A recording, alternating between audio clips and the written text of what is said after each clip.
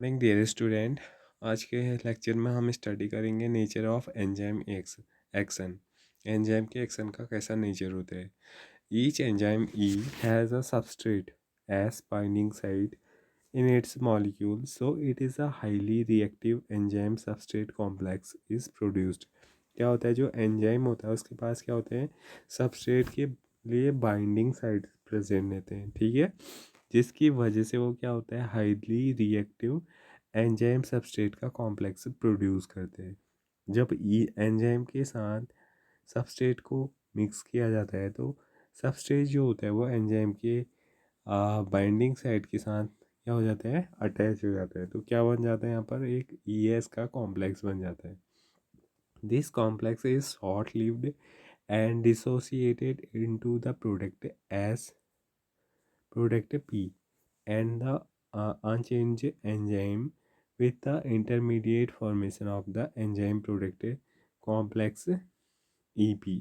ठीक है, तो ES यहाँ पर किस चीज़ में कन्वर्ट होता है, ES यहाँ पर फिर आगे जा कर के प्रोडक्ट में यानी कि एंजाइम और प्रोडक्ट के कॉम्प्लेक्स में कॉम्प्लेक्स का फॉर्मेशन करते हैं, और उसके बाद ये शॉर्ट टाइम पीरियड के अंदर एंजाइम और प्रोडक्ट के रूप में अलग अलग हो जाते हैं, जिसको यहाँ पर इक्वेशन में भी आपको दिखाया गया है। The formation of ES complex is essential for catalysis. और यहाँ पर जो ES कॉम्प्लेक्स है उसका फॉर्मेशन होना ज़रूरी है, क्यों, क्योंकि ये कैटलिस्ट अपने इन साइट्स के द्वारा क्या करते हैं, जल्दी से जल्दी जो प्रोडक्ट है उसका फॉर्मेशन कर पाते हैं। The catalytic cycle of an enzyme action can be described in the following step. क्या होता है, सबसे पहले the first the substrate bind to the active site on of the enzyme. सबसे पहले जो सबस्ट्रेट होता है वो एंजाइम की एक्टिव साइट के साथ बाइंड होता है, fitted into the active site, और वहाँ पर जा कर के वो अच्छे से फिट हो जाता है। The binding of the substrate including the enzyme the alter its shape, जिसकी वजह से बाइंडिंग होने की वजह से जो एंजाइम है उसका शेप क्या हो जाता है, चेंज हो जाता है, fitting more tightly around the substrate. और यहाँ पर एंजाइम जो होता है वो सबस्ट्रेट के चारों ओर ज़्यादा टाइटली क्या हो जाता है, फील्ड हो जाता है। The active site of the enzyme now is close proximity of the substrate breaks and the chemical bond of the substrate and the new enzyme product complex is formed। उसके बाद क्या होता है, एक्टिव साइट के अंदर enzyme क्या करते हैं, एंजाइम जो सबस्ट्रेट है उसके बॉन्ड्स को ब्रेक करता है, केमिकल बॉन्ड्स को, और क्या करता है, उससे जो प्रोडक्ट का फॉर्मेशन होना होता है उस और एंजाइम का एक कॉम्प्लेक्स बनाता है। तो यहाँ पर क्या बनता है, एंजाइम और प्रोडक्ट का एक कॉम्प्लेक्स बनता है। The enzyme release the product of the reaction and the free enzyme is ready to bind to another molecule of the substrate and run through a catalytic cycle once again। तो इसके बाद जो product होता है उसको release कर दिया जाता है, और जो एंजाइम है वो फ्री हो जाता है, वो दोबारा से किसी सबस्ट्रेट के साथ बाइंड होने के लिए रेडी रहते हैं, ठीक है। तो एक बार फिर से कैटालिटिक साइकिल दोबारा से चलती है। अब हम पढ़ेंगे कि कौन कौन से ऐसे फैक्टर होते हैं जो एंजाइम की एक्टिविटी को अफेक्ट करते हैं। Factor affecting enzyme activity. The activity of an enzyme can be affected by the change in the conditions which can alter the tertiary structure of the protein।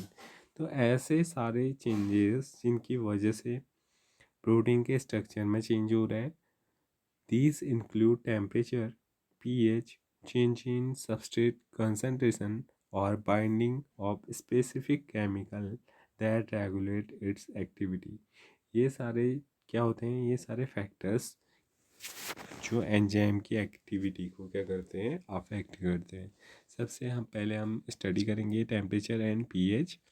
Enzyme generally function in a narrow range of temperature and pH.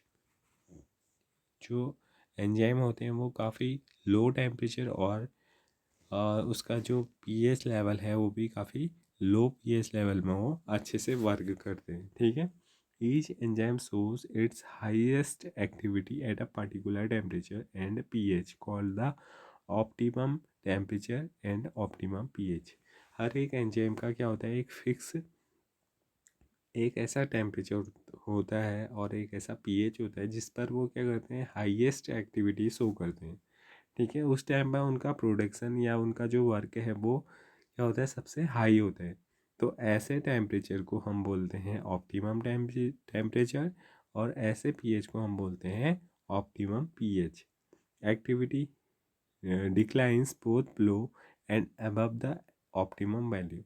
और optimum value से कम या ज़्यादा होने पर, चाहे temperature की बात करें या पीएच की बात करें, तो जो एक्टिविटी चल रही है वो क्या होती है, वो डिक्लाइन हो सकती है, यानी कि उसमें चेंजेस देखने को मिल सकते हैं। Low temperature preserve the enzyme in a temporary inactive state, whereas high temperature destroy enzymatic activity because protein are denatured by heat. तो क्या होता है कि जो एंजाइम है वो कम टेम्परेचर में क्या चले जाता है, इनएक्टिव स्टेट की ओर चल जाता है, और हाई टेम्परेचर में जो एंजाइम का स्ट्रक्चर है वो क्या हो जाता है, डिस्ट्रॉय हो जाता है। ठीक है, यहाँ पर एंजाइम की एक्टिविटी आपको पीएच और टेम्परेचर में दी गई है। पीएच बढ़ने के साथ साथ जो एक्टिविटी है एंजाइम की वो भी इंक्रीज़ हो रही है। एक ऐसा पीएच पॉइंट आ रहा है जहाँ पर जो एक्टिविटी है वो क्या है, ऑप्टिमम है, और उससे आगे अगर पीएच को बढ़ाया जाएगा तो वो एक्टिविटी धीरे धीरे डिक्लाइन हो रही है। ऐसे ही टेम्परेचर के साथ भी हो रहा है। टेम्परेचर भी एक फिक्स रीजन, एक फिक्स टेम्परेचर तक क्या हो रहा है, ऑप्टिमम टेम्परेचर में पहुंच रहे हैं, और इस ऑप्टिमम टेम्परेचर के बाद जो एक्टिविटी है एंजाइम की वो दोबारा से डिक्लाइन हो रही है, नीचे की ओर घट रही है। Concentration of substrate of an enzyme activity, इसके अलावा अगर कंसंट्रेशन की अगर हम बात करें तो उसमें भी क्या हो रहा है, एक फिक्स वेलोसिटी ऑफ रिएक्शन के बाद वो एक स्ट्रेट लाइन का फॉर्मेशन कर रहा है। ठीक है,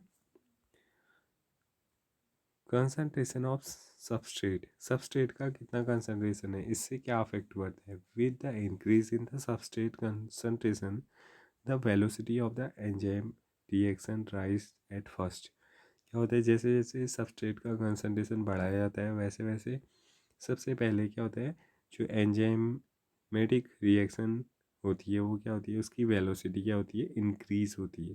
the reaction ultimately reaches a maximum velocity V maximum, which is not exceed by any further rise in the concentration of the substrate।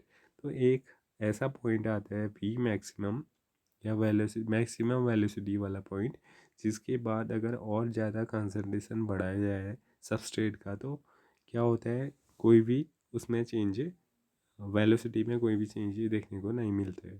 This is because the enzyme molecule are fewer than the substrate molecule. ऐसा इसलिए होता है क्योंकि जो enzyme होते हैं वो क्या होते हैं, वो काफ़ी कम अमाउंट में यूज़ होते हैं सबस्ट्रेट की अपेक्षा।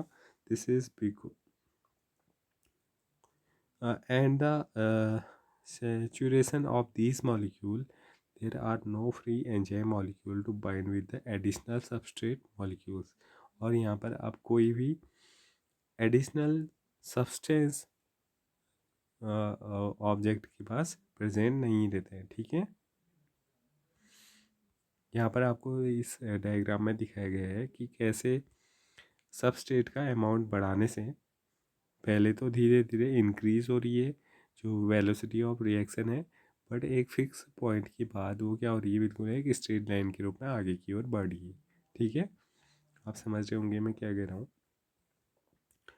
The activity of an enzyme is also sensitive of the presence of specific chemical that bind to the enzyme. When the binding of the chemical stuff of enzyme activity is called the inhibition and the chemical called the inhibitor। क्या होता है कि कुछ ऐसे chemicals या ऐसे substances होते हैं जो क्या करते हैं, जिनकी वजह से, जिनकी प्रेजेंस की वजह से जो एंजाइम की एक्टिविटी है वो क्या होती है, वो लो हो जाती है। ठीक है, और when the binding of chemical stop of enzyme activity the process called inhibition. और जब किसी रिएक्शन के अंदर इन सब्सटेंसेस की प्रेजेंस होती है तो वो क्या करते हैं, वो एंजाइम की एक्टिविटी को कम कर देते हैं। शट्स ऑफ, क्या करते हैं, एंजाइम की एक्टिविटी को बंद कर देते हैं। और इन्हें क्या बोला जाता है, इनहिबिटर बोला जाता है, इनहिबिटर बोला जाता है। और इस प्रोसेस को इनहिबिशन बोला जाता है। When a inhibitor closely resemble the substrate in its molecular structure and inhibit the activity of enzyme, it is known as competitive inhibitor। क्या होता है, कभी कभी क्या होता है कि जो इनहिबिटर होता है वो क्या करता है, वो सबस्ट्रेट के साथ रिजेंबल करता है। किस वजह से, उनकी मॉलिक्यूलर स्ट्रक्चर की वजह से। एंड इसकी वजह से क्या होता है, वो एंजाइम की एक्टिविटी को इनहिबिट कर देता है। ठीक है, इनको क्या बोला जाता है, इनको कम्पिटिटिव इनहिबिटर बोला जाता है। ऐसे इनहिबिटर जिनमें जो क्या होते हैं, जिनका मॉलिक्यूलर स्ट्रक्चर किसकी तरह रहता है, सबस्ट्रेट की मॉलिक्यूल्स के समान रहते हैं, जिसकी वजह से जो एंजाइम की एक्टिविटी है, एंजाइम तब सबस्ट्रेट पे एक्शन ना करके जो इनहिबिटर है उन पे क्या करता है, अपने उन पे अपना वर्क करता है, जिसकी वजह से जो रेट होता है या जो वेलोसिटी होती है रिएक्शन की वो स्लो हो जाती है। Due to its close structural similarity with the substrate the inhibitor completes with the substrate for the substrate binding site of the enzyme। क्योंकि इनका स्ट्रक्चर बिल्कुल सेम होता है तो ये एंजाइम की जो बाइंडिंग साइट है उनके साथ जाकर के बाइंड हो जाते हैं। Consequently the substrate can not bind and as a result the enzyme action declines. और इसकी वजह से जो एंजाइम के एक्शन हैं वो उनमें कमी आ जाती है। जैसे inhibition of succinic dehydrogenase by malonate with closely resemble the substrate succinate in a structure। ठीक है, such competitive inhibitor are often used in the control of bacterial pathogens। और इनका यूज़ किस चीज़ के लिए किया जाता है, बैक्टीरियल पैथोजेंस को कंट्रोल करने के लिए। Next topic is classification and nomenclature of enzyme। Thousands of enzyme have been discovered, isolated and studied। लगभग 1000 तक के एंजाइम को अभी तक डिस्कवर करके आइसोलेट भी किया जा चुका है और इन पर स्टडी चल रही है। Most of these enzyme have been classified into different group based on the type of reaction they catalyst. उनकी वो कौन से रिएक्शन को या कौन से रिएक्शंस पे उनका कैसा इफेक्ट पड़ता है, इस बेसिस पे हम उनको क्लासीफाई कर सकते हैं। Enzyme are derived into 6 classes each with 4 to 13 subclasses and name accordingly by 4 digit number। सबसे पहले हम बात करें ऑक्सीडो रिडक्टेसेस, यह जिनको डिहाइड्रोजिनेसेस भी बोला जाता है। Enzyme which catalyst oxido reduction between two substrate S and S. Example S reduces x S oxidase. ठीक है, तो यहाँ पर एस ऑक्सीडाइज हो रहा है और एस जो है वो रिड्यूस हो रहा है। दूसरे होते हैं ट्रांसफरेसेस। ये क्या करते हैं, enzyme catalysing a transfer of a group G one other than hydrogen between a pair of substrate S and S. ठीक है, ये क्या करते हैं, ये ट्रांसफ़र करने का काम करते हैं, किसी मॉलिक्यूल को एक से दूसरे पे जोड़ने का काम करते हैं। तीसरे जो होते हैं वो हाइड्रोलाइसिस होते हैं। Enzyme catalysing hydrolysis of Easter ether peptide glycosidic CH halide और CPN बॉन्ड्स के बीच में क्या करते हैं, इन सब चीज़ों में हाइड्रोलिसिस करने का काम करते हैं। तो तीसरा जो होते हैं उनका नाम होता है lysis. Enzyme that catalyst removal of group from substrate by mechanism other than hydrolysis leaving double bonds. यहाँ पर क्या होता है, यहाँ पर डबल बॉन्ड का फॉर्मेशन होता है। ठीक है, किसी सबस्ट्रेट से जो अदर मॉलिक्यूल है उनको रिमूव करके वहाँ पर डबल बॉन्ड का फॉर्मेशन होता है। इसके अलावा होते हैं isomerases. They include all enzyme catalysing interconversion of optical geometric and positional isomer. तो डिफरेंट जो कंपाउंड होते हैं या फिर ऑर्गेनिक कंपाउंड होते हैं उनमें उनके ऑप्टिकल और जियोमेट्रिक जो उनकी पोजीशन होती है उसमें चेंज करने के लिए इनका यूज़ किया जाता है। इसके अलावा लाइगेजेस होते हैं enzyme catalysing the linking together of two compound. सबसे ज़्यादा इम्पोर्टेंट है लाइगेजेस एंजाइम। इनका यूज़ आपका करते हैं बायोटेक्नोलॉजी के अंदर, जहाँ पर क्या करते हैं दो कंपाउंड को आपस में कनेक्ट करने के लिए इनका यूज़ किया जाता है। इसके अलावा बात करेंगे कोफैक्टर की। Enzyme are composed of one or several polypeptide chains. However there are a number of cases in which non protein constituents are called cofactor are bound to the enzyme to make an enzyme catalytically active। क्या रहता है cofactor के साथ? कुछ enzyme ऐसे होते हैं जिनके पास नॉन प्रोटीन कंस्टिट्यूएंट्स प्रेजेंट रहते हैं और उन्हें क्या बोला जाता है? कोफैक्टर बोला जाता है। ठीक है, वो बॉन्ड बनाने के साथ क्या करते हैं? एंजाइम की एक्टिविटी को भी इंक्रीज करते हैं। In these instances, the protein portion of the enzyme is called the apoenzyme। और यहाँ पर इन एंजाइम का जो प्रोटीन वाला पोर्शन होता है उसे क्या बोला जाता है? एपोएंजाइम बोला जाता है। देयर काइंड्स ऑफ कोफैक्टर में be identified prosthetic group, coenzyme and metal ions।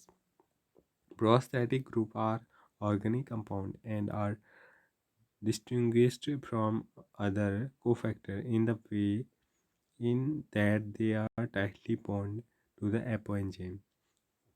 प्रोथेस्टिक group जो होते हैं वो क्या करते हैं? वो एपोएंजाइम के साथ टाइटली बॉन्ड का फॉर्मेशन करते हैं। For example the peroxidase and catalase which catalyse the breakdown of the hydrogen peroxide to water and oxygen. Hydrogen peroxide को डिवाइड करने के लिए कौन सा कोफैक्टर यूज़ किया जाता है? पेरोक्सीडेज या फिर कैटेलेस। ये क्या करते हैं? हाइड्रोजन पेरोक्साइड को वाटर और ऑक्सीजन में कन्वर्ट करते हैं। Heme is the prosthetic group and it is part of the active side of the enzyme. Heme भी ऐसे ही एक एक्टिव साइड है जो क्या होता है? एंजाइम की एक्टिव साइड में प्रेजेंट रहता है। Cofactor are also organic compound but their association with apoenzyme is only transient, usually occurring during the course of the catalysis।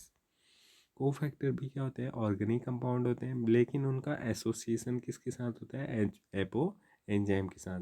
मैंने बोला को एंजाइम ऐसे पार्टिकल्स होते हैं जो क्या होते हैं? जो नॉन प्रोटीन पार्ट होते हैं और कैटलिस्ट के रूप में यूज़ किए जाते हैं।